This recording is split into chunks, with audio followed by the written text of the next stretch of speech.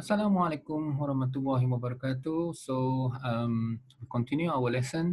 So, uh, finally, we have understand about three types of power. Okay, the real power, reactive power, and apparent power. So, actually, these three powers are actually exist in the real world of AC systems. Okay, so and I hope you have already know the concept of the real power, active power, and also some the name also real power, active or average is actually the same, refer to P. And then we have the second one, which is the reactive power, Q, and it can be positive and negative. It depends on the what element inside the circuit. And then the last one is the apparent power, which is just a multiplication of VRMS multiply with IRMS. So what's next? So the next is actually complex power. So what is complex power? So complex power is not a new power. It's not power number 4. It's actually is just a representation of the power, the three powers, which is the active, reactive, and apparent power. So it's just a representation of this power into a complex numbers. Okay, so maybe you can recall on the AC circuit analysis, where it's very difficult for us to analyze the circuit, do the multiplication, division, and so on, if we proceed the analysis in time domain, for example. For example, like this, if you have V1 is actually 10 cos omega t plus 5. Okay, so and then you have another V2, which is 5 cos omega t plus 10. So it's quite difficult to multiply. Okay, if you proceed with the time domain. Okay, time domain. So it's quite complicated. So what we have done earlier in our AC analysis is to convert time domain into a phasor domain. So phasor domain, we only need to multiply. We can represent the for V1 is just a magnitude and the angle, and for the V2 is the magnitude also and the angle only, and then we can multiply it by using our calculator. So this representation is a complex numbers. We have the real part and imaginary part. Okay, so same with the complex power.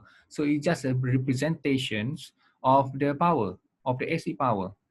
Okay, so it will be and the analysis will be much easier and less complicated. Okay, so what is complex power? So complex power, as can be shown in this slide, is the complex summation of the real power and the reactive power. So the symbol is the same as the apparent power.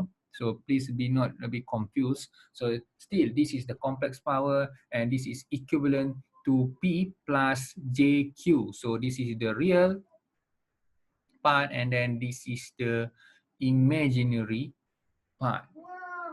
Okay, so complex numbers are really important in analyzing AC circuit, yes, because it actually make the calculation much easier compared when you are doing in the time domain. Okay, and the magnitude of the complex power is referred to as apparent power. So right now we have this is our active power, and the imaginary part is our reactive power. And where is your apparent power? So your apparent power is this one, the magnitude of the complex power. Okay, so this one, okay, you can actually do the conversion. This is actually what we call the rectangular form. When you transform into a polar form, you will have the magnitude and the angle, right? So the magnitude here is what we call, this is the apparent power. Or you can calculate your apparent power by using this formula, P square plus Q square, and the unit is the same. So please be not confused about complex numbers and apparent power, still the same. Okay, not the same, but the symbol is the same, but complex numbers will actually representing P and Q, Okay, but the apparent power is actually the magnitude of the complex numbers of the power.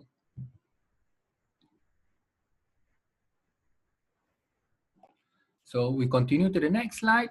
So this is actually the more elaboration on this complex power here. So as we already know, okay, this is the complex power is equal to P plus JQ, where P is your real power and Q is your reactive power.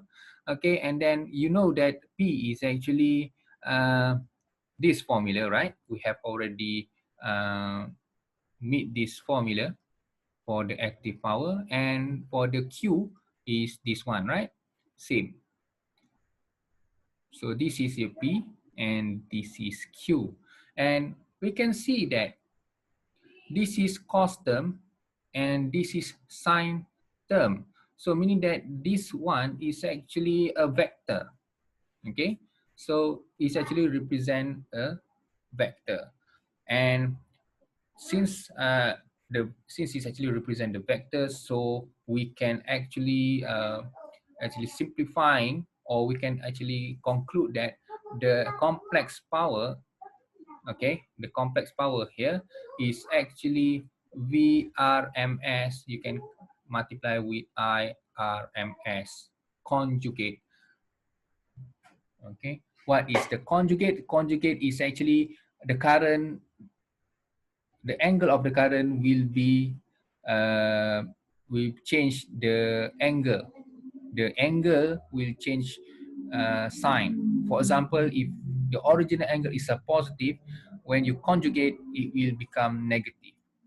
Okay, same vice versa. If the original is negative theta, so when it is conjugate, it will become positive. So that is the meaning of the conjugate there. Okay, and then so we have this one. Okay, and then as you can use your calculator, actually this represent, this is a complex, this is a phasor, so it can be represent in a rectangular form. So this is the real part, and this is the imaginary part, which is, as you can see, is actually similar to the first formula. Okay, the difference is actually this one is RMS, but this one is BMIM. And so complex power also can be represented in power triangle, because P is the real part and Q is the imaginary part. So when you plot this one, so we have P and Q. Okay, so it's actually depend. So it can be positive Q. So this one is positive Q. So the summation vector between P and Q, okay, it will give you this hypotenuse, and the value of this is actually represent your apparent power. So actually complex numbers is actually very powerful because it contains all the information. Okay, we can calculate your P, we can have your Q. Okay, and from here we can, for example, this one is actually maybe 6 plus J8. So this one is 6, this one is J8. So definitely this hypotenuse by using trigonometry, so this one will become 10. So meaning that your apparent power, which is the magnitude of the complex number, is actually 10 VA. Okay, so because this one is actually 10, angle of uh, 10 angle of 53.13. Okay, so this 10 is your apparent power, and 53.13 is actually power factor. You can calculate power factor, which is cos 53.13. The cos of the angle is the power factor. So actually the complex power is very powerful. You have all the information from that from this equation. Okay, P, Q, the apparent power, the power factor, all you can actually obtain from the complex number representation. Okay, and as mentioned before, the Q can be either positive and negative. Okay, and as you can see here, for inductive load, the current will always lagging the voltage. So we have what I call the lagging power factor. So the Q is positive. So we can draw your power triangle here like this with a positive Q and positive P and positive Q. When you cut your circuit is a capacitive, okay, so the current will always leading the voltage. So you can by using this equation theta v minus theta I, definitely you will have a negative Q. So this will lead the power triangle to be have a negative Q here like this. So you have positive P and negative Q. So this is your apparent power. When you have your circuit just a purely resistive load, what happens is that the current and voltage are in phase, meaning that there is no Q. Okay, so the Q is zero. Why Q is zero? Because we know that Q is actually depend on the theta V minus theta I. So right now the different angle between voltage and current is zero. So that's why sine theta beta is zero. Okay, so the Q is zero. So the apparent power is similar to your active power. And this is actually the for the load impedance. So I can skip this one. I think you have learned this during your SEE 1023. Okay. And this is actually the similarity of the complex power and the impedance. Okay, so if your impedance is an inductive load, so you have a positive JX. Okay, so that's why you have a positive Q. So just a similarity. So and the same case goes to when your circuit is actually capacitive, so meaning that you have a negative JX. Okay, so you have negative here, so that's why you have a negative Q here. Okay, so we continue with the example 2. Okay, we are at example for the apparent power and complex power. So we are in the complex power right now. So find the complex power delivered by the source if the resistor is 20 ohm and the inductor is given 3 Henry and the current is 1.25 cos 5t minus 15 degrees. So as usual, we need to simplify the circuit, and to simplify the circuit, we need to convert into a phasor form. Okay, so for the phasor form, the current right now is I is equal to 1.25. The angle is negative 15 degrees, and the resistor is still the same, 20 ohm, and the inductor need to be calculated, which is XL. You need to calculate the XL. So XL we know is actually omega L, and the omega is obtained from the current source, which is 5, and multiply with 3 Henry. So you will have 15. This one is J, okay? J15. So this one is represented by J15.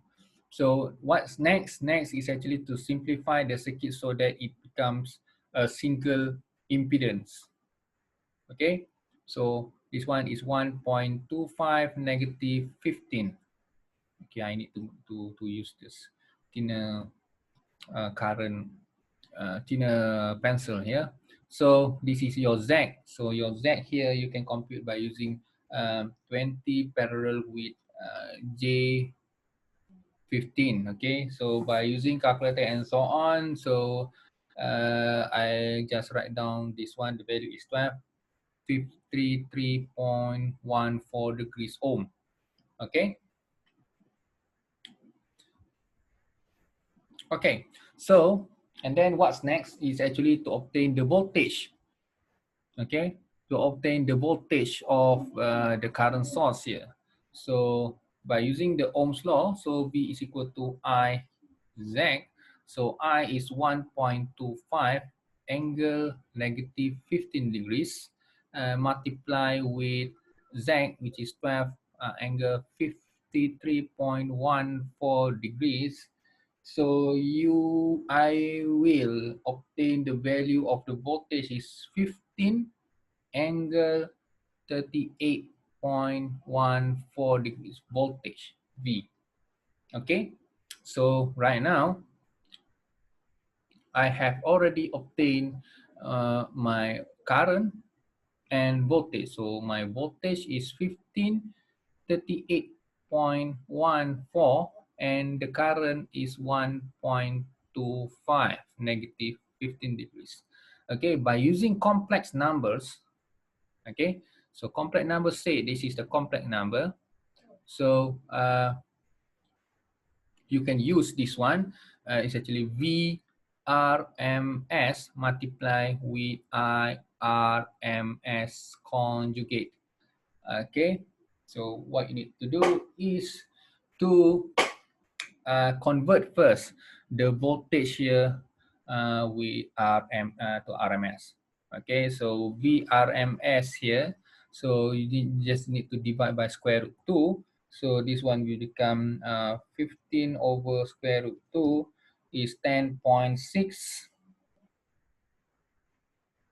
10.6 angle of 38.14 degrees, and the current RMS is compute 1.25 divide by square root 2, so you will have 0.88 with an angle of negative 15 degrees.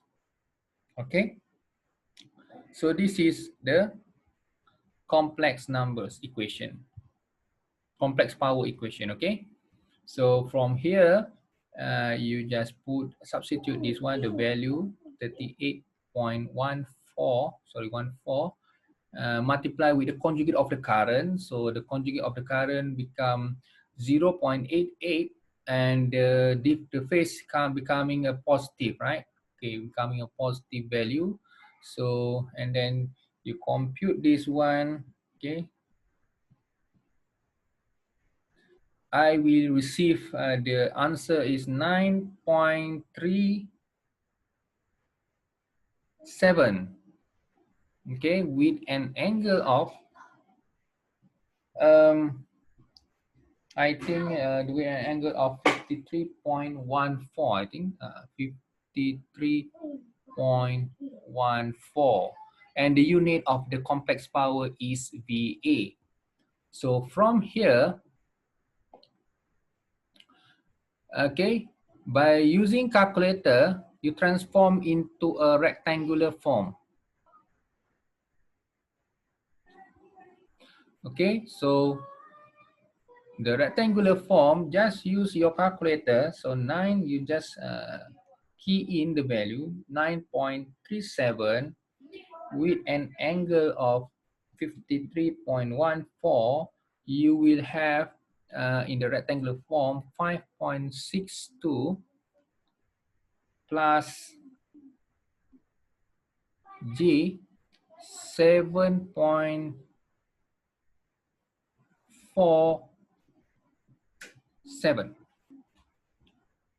Sorry, I think this one is 7 point, we can put 7.50. Okay, VA. Okay, so the answer, what is the active power? So you can actually extract from this complex power. So your P is given 5.62 watt.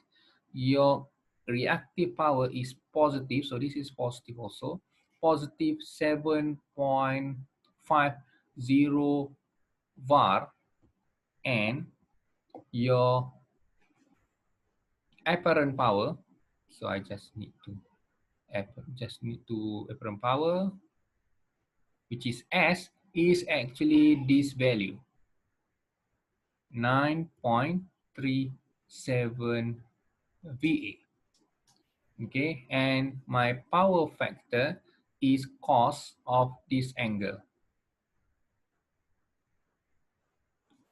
Okay, 53.14. So if compute it, so cos 53.14, it will give you the answer of 0.6. But still, is it leading or lagging? Because by using calculator, it didn't give you indication whether it is leading and lag or lagging. So how to determine the leading or lagging? So you need to refer back to the Q. So if the Q is positive, okay, the Q is positive, meaning that this power factor is inductive. So inductive meaning that the current is always lagging the voltage. So that's why we have power factor 0.6 lagging. Next example is example 3. So if given the complex power is 11.72 plus J 11.72 VA is absorbed by the load, find the real power, reactive power, and also the power factor. So this is a very simple where from this complex power we can calculate, we can already got or already obtain the value. So this one is your active power, so 11.72 watt, and your Q is positive 11.72 bar. And what about the power factor?